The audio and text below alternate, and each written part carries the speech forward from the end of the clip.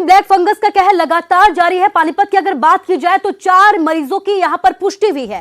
सरकारी अस्पताल में ओपीडी शुरू हुई है और पहले ही दिन यहां पर 4 केस सामने आए हैं। चारों मरीजों को खानपुर पीजीआई रेफर कर दिया गया है। तो बड़ी बात आप देख सकते हैं कि कितनी तेजी के साथ अब ब्लैक फंगस भी अपना कहर बरपाता जा रहा है। पानीपत से ये मामला सामने आया है। 4 मरीजों में ब्लैक फंगस की पुष्टि हुई है, जिसके बाद चारों मरीजों को खानपुर पीजीआई रेफर कर दिया गया है।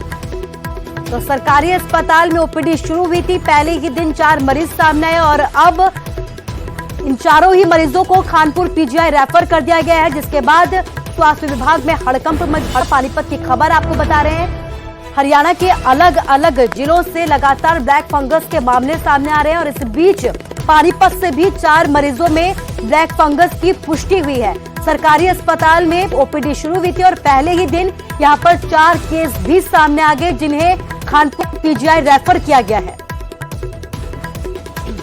तो सुबह सैर करके आया तो मेरे को लग रहा था जैसे जो है ना मेरा मुंह थोड़ा टेढ़ा है, हल्का सा, तो बोलने में भी थोड़ी दिक्कत आ रही है और आंख में पानी आ रहा है। वैसे मुझे कोई प्रॉब्लम नहीं है। तो यहाँ चेक करवाने आए तो डॉक्टर ने क्या कहा, वो कैसे क्या डॉक्टर चेक बहुत बढ़िया चेक किया जी, मैं खुश हूँ। क्या बीमारी बताई उन्होंने कहा भी आपको ब्लैक फंगस का डाउट है, फटाफट आप सीटी करवा कर वहाँ जाओ। ऐसे ब्लैक फंगस के जो मामले हैं सिविल अस्पताल में आज अभी तक 4 केसेस ओपीडी में रिपोर्ट हुए हैं जो पानीपत जिले के हैं।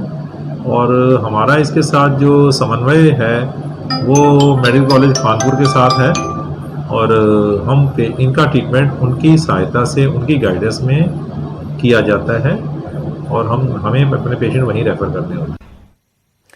और ज्यादा जानकारी के लिए हमारे संवाददाता सुमित भारद्वाज पानीपत से हमारे साथ फोन लाइन से जुड़ गए हैं। सुमित, आपसे जानना चाहेंगे कि 4 केस सामने आए हैं, तो किस तरीके की तैयारी और एहतियात यहां पर स्वास्थ्य विभाग की तरफ से बढ़ती जा रही है? जी किस्म स्वास्थ्य विभाग का कहना है कि उनकी तरफ से पूरी तैयारियां हैं, लेकिन कहीं ना कहीं स्वास्थ्य विभाग को अभी तक भी जो है पूरे आंकड़ों का नहीं पता है। आज तो सामने ये 4 केस आए हैं, ये सिविल हॉस्पिटल में इलाज के लिए आए थे, तब सामने पता चला कि ये एक ब्लैक फंगस के केस हैं। लेकिन बात करें पानीपत के निजी में फंगस के केस जिनका निजी हॉस्पिटल के डॉक्टर द्वारा ऑपरेशन हमारे पास लेकिन तैयारी आ गया है। कहीं ना कहीं सवालिया निशान पर भी अभी तक पूरे आंकड़े नहीं है। कहने का तो स्वास्थ्य विभाग का कहना है कि उनकी तरफ से पूरी तैयारियां की गई हैं, लेकिन जो आज 4 मरीज आए थे इनको भी स्वास्थ्य विभाग ने खानपुर पीजीआई मेडिकल कॉलेज में रेफर किया गया, क्योंकि पानीपत के ब्लैक फंगस के मरीजों का कोई इलाज नहीं हो रहा। जी सुमित, इस तमाम जानकारी के लिए आपका शुक्रिया। तो 4 मरीजों में ब्लैक फंगस की पुष्टि भी है, जिन्हें इलाज के लिए खानपुर पीजीआई रेफर कर दिया गया। ये जा रहा है कि पूरी एहतियात बढ़ती जा रही है, लेकिन इस बीच बड़ी बात यह है कि 4 मरीजों के साथ साथ अंदेशा जताया जा रहा है कि और लोगों में भी ब्लैक फंगस हो सकता है।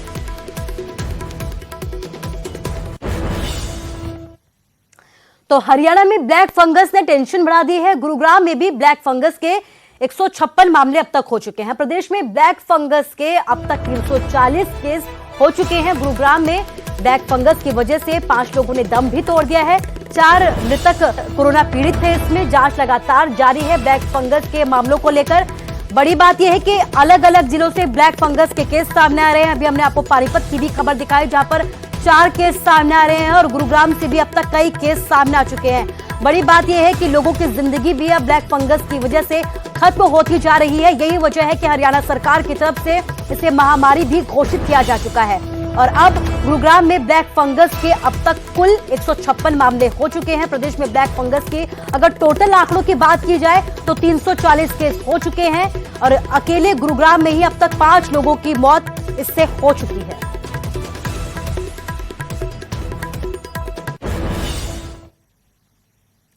करनाल से एक और खबर आपके सामने। करनाल में कोरोना की वैक्सीन खत्म हो गई। इंद्री में 3 दिन बीतने के बाद भी कोरोना की वैक्सीन नहीं आई है।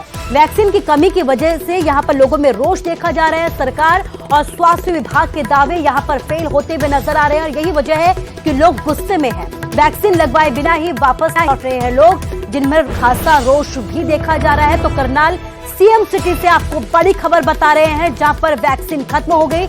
इंद्री में 3 दिन बीतने के बावजूद कोरोना की वैक्सीन नहीं पहुंची, जिसकी वजह से लोगों में खासा गुस्सा भी देखने को मिल रहा है और यही वजह है कि लोग बड़ी संख्या में यहां पर वैक्सीन लगाने के लिए आते हैं, लेकिन फिर खाली हाथ वापस लौटने को यहाँ पर लोगों को मजबूर है। तो करनाल से आपको खबर बता रहे हैं जहां पर कोरोना की वैक्सीन नहीं पहुंच रही है। सीएम सिटी ये है, इंद्री में 3 दिन बीतने के बावजूद भी कोरोना की वैक्सीन नहीं आई है और वैक्सीन की कमी की वजह से खासा गुस्सा भी देखने को मिल रहा है।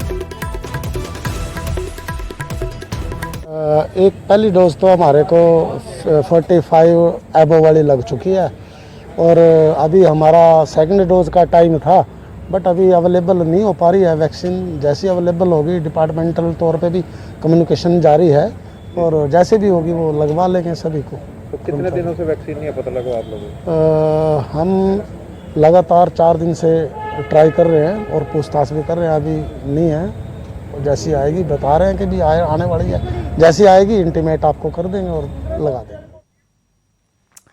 तो लॉकडाउन में गरीब तबके पर बड़ी मार पड़ी है। दादरी में मजदूरों को नहीं मिल रहा है काम, मजदूरों को भूखमरी भी सताने लगी है। इसके साथ ही भूख की मार के आगे कई मजदूर लगातार डरते हुए नजर आ रहे हैं। प्रशासन और रेड क्रॉस ने भोजन का इंतजाम किया है। तो लॉकडाउन लगा जिसके बाद प्रवासी मजदूरों को खासा परेशानियों का सामना भी करना पड़ा है और इस बीच बड़ी बात यह है कि काम नहीं है और यही वजह है कि अब भूखमरी की नौबत आ चुकी है।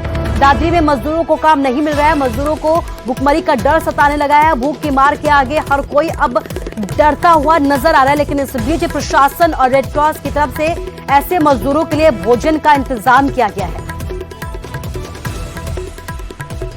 ये नॉकडाउन लगा है, ये समय तक ये नॉकडाउन लगा है, ये चूल्हा नहीं जला है, ये फलाने के ये कहीं के नहीं, ये दादरी के लोग है, ये खाना देता है, ये खाना नहीं देता तो हम मर जाते, भूखे मरते। ये खाना दे रिया है, ये दो बार खाना दे रिया है। हम नाथ समाज के हैं, ये हमारा परिवार पड़े है, ये हम हर काम धंधा करते हैं। हमारी नॉकडाउन के मारे हुए हमारा काम फेल हो रहा है और भूखे तरह से ये नॉकडाउन में हम फंसे हुए हैं। दादरी शहर के अंदर ये अपने जो सुविधा जो कर रहे हैं, तो है जिससे हमारे को एक दो बार भोजन मिल जाता है।